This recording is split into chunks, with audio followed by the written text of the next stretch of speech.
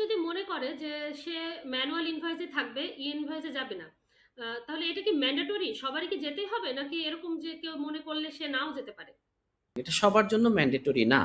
এবং কবে থেকে ম্যান্ডেটরি হতে যাচ্ছে এই বিষয়টা এটি ধাপে ধাপে ম্যান্ডেটরি হবে বাট শুরুতে হয়তো আগামী বছর 2027 যেটা 2027 জানুয়ারি থেকে B2G মানে গভর্নমেন্টের যেটা আছে গভর্নমেন্ট থেকে আপনার চালু হবে গভর্নমেন্টের প্রতিষ্ঠানগুলো জুলাই থেকে 1 তারিখ থেকে B2B গুলোকে চালু হবে অর্থাৎ বিজনেস টু বিজনেস যারা ইনভয়েস করবেন তাদের জন্য ম্যান্ডেটরি হবে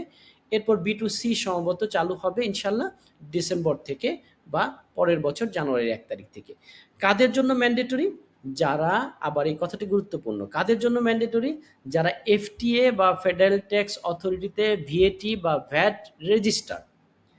যারা ভ্যাট রেজিস্ট্রেশন করেছেন তাদের জন্য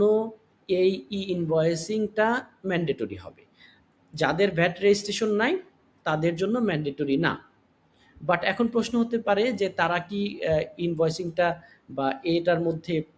মানে অ্যাকাউন্টিং সফটওয়্যারটা কি ব্যবহার করবেন ইনভয়েসিংয়ে না আসলেন অ্যাকাউন্টিং সফটওয়্যারটা ইনভয়েসিং বলতে যেটা হচ্ছে যে সরাসরি এফটিতে না গেল যেহেতু আপনি ভ্যাট রেজিস্টার না তাহলে আপনি অ্যাকাউন্টিং সফটওয়্যার বা ইনভয়েসিংয়ের প্র্যাকটিসটা আপনার থাকাটা ভালো কেন কারণ আজকে আপনি ভ্যাট রেজিস্টার হন নাই কালকে যদি হয়ে যান তখন থেকেই তো আপনার জন্য ম্যান্ডেটরি হয়ে যাবে তো তখন যে ভুল করার আপনি কিন্তু